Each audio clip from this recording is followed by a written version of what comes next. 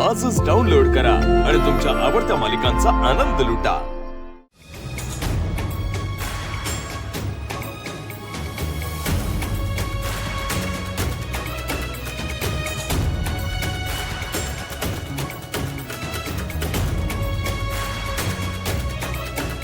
Hello, हाय तारा।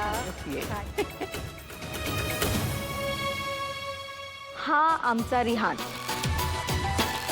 यांचा एकुलता एक मुलगा बरं का। आता घर आणि खानदान याच्याबद्दल मी काय बोलणार। तुला मी फक्त एवढंच सांगू शकते की आपली प्राजक्ता यांच्या घरी खूप खुश राहील। Come on Prajakta, go ahead.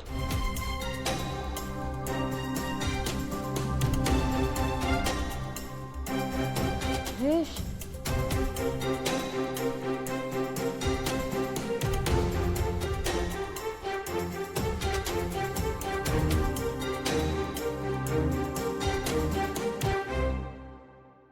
आणि तारा, खरं सांगू का, जेव्हा मला कळलं की तू प्राजक्तासाठी स्थळ बघतेस तेव्हा माझ्या डोक्यात फक्त आणि फक्त एकच मुलगा आला, तो म्हणजे आमचा रिहान। प्राजक्तासाठी रिहान सारखं स्थळ शोधून सुद्धा सापडणार नाही। खरे अगदी। म्हणजे समजा हे लग्न ठरलं आणि झालं, तर तुला सांगते रिहान, तुझ्यासारखा नशीबवान तूच। अरे केवढी सुंदर आहे आमची प्राजू, हो का नाही? खूप सुंदर आहे हो तुमची मुलगी, आम्हाला तर आवडली। काय रियान? हो।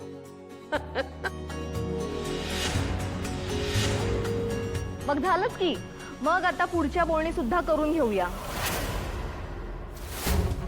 नाही, पण मला असं वाटतं की त्याआधी एकदा प्राजूशी सुद्धा बोलायला हवं।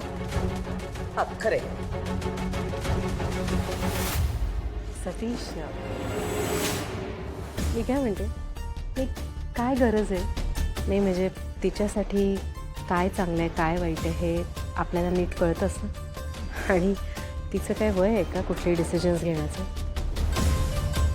मला वाटतं रागिणी म्हणते ते अगदी बरोबर आहे।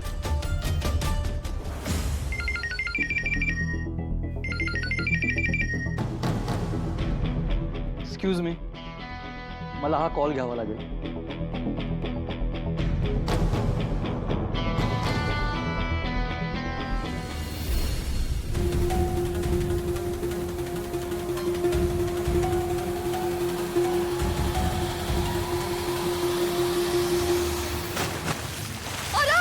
माझा हंडा पडला की रे, तो काढून द्या की कोणी। अरे सुरेश, सुन्या, कोणी आहे का तिकडं? काय ग तारक्का, हंडा पडला होय? अगं मग हंड्याला दोरी बांधून नाही का सोडायचं? अहो, तो इथंच होता की। काय झालं? कोण पडलं काय रे? अरे तारक्कांचा हंडा पडला हिरी, तू देतोस काय काढून? मी हेरीत उडी मारायला मी काय कमळे आहे होय? अहो किती खोल आहे बघा ती, त्या हंड्याच्या नादात विकेट पडायची माझी। मी नाही काढणार हंडा। सरू काकी, आत्ता कमळी पाहिजे होती इथं। मागच्या टायमाला आठवतंय का, सुन्याच्या बायकोचं मंगळसूत्र पडलं होतं, आपल्या कमळीनं कसलं धाडस दाखवलं होतं, आठवतंय का? होय काय? मग तुम्हाला माहित नाही होय?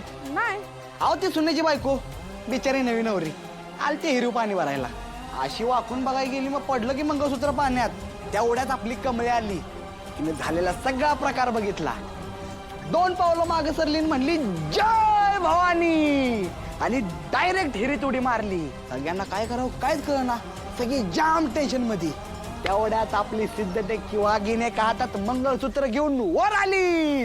अहो तुम्हाला सरू काकी, कमळीचं नाव काढल्यामुळे वाईट वाटलं असेल बहुतेक। सरू काकी, ओ सरू काकी, ओ come on babe, you know the situation right? Mom डॅडला मी त्यांच्या मर्जीतल्या मुलीशी लग्न केलेलं हवंय। असं नाही केलं तर डॅड मला त्यांच्या बिझनेसमधलं काहीही नाही देणार babe. Babe, you have to trust me. मी तुला सोडून कुठेही जाणार नाही, ओके?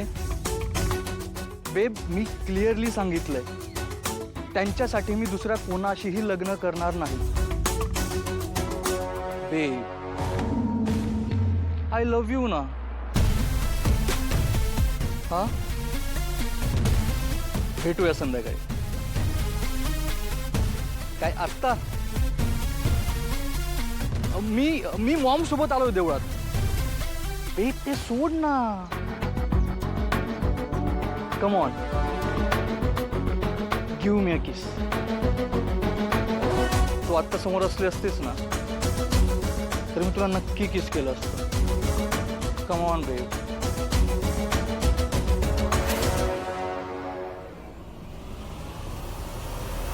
अरे वा, एकदम ट्रेडिशनल, ते पण मुंबईत. कोण आहात तुम्ही आणि इथे काय करताय? ऋषी सरांना भेटायचं होतं. हो, ऋषीला भेटायचंय. आधी मला तर भेटा. कुठून आलात? मुंबईत नवीन आहात? कुठनं काही ना, तुम्हाला काय करायचंय? वाव, गावरान तडका. I like it. एकदम झणझणीत. अशा झणझणीत डिशेस टेस्ट करायला मला नक्की आवडेल. शी, बेशरम, जातो का इकडनं? नाही तर टकुरच पोडीन तुझं. ए गा, तुझ्यासारख्या दोन जरी आल्या ना, तिच्यात जी मजा आहे ना ती कोणातच नाही. तर अरे पैसे देईल मी. डोंट वरी.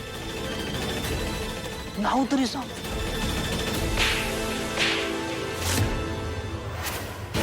किती राहतोयस ना? चल, ओळख दाखवते माझी. चल. ए, कोण आहे तू? ए, चल, गप उभा राहायचं. तुम्ही ओळखता याला?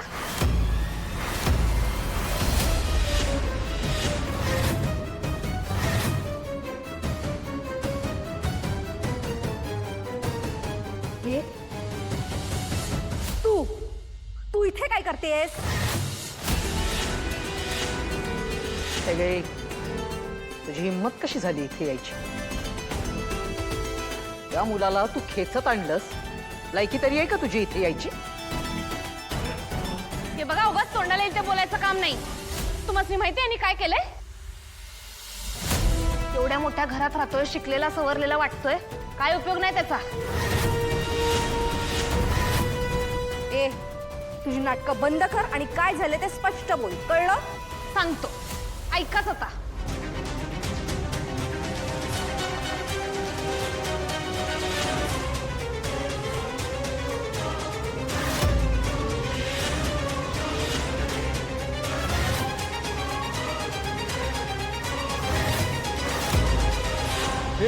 हे खोटं बोलते ही मुलगी.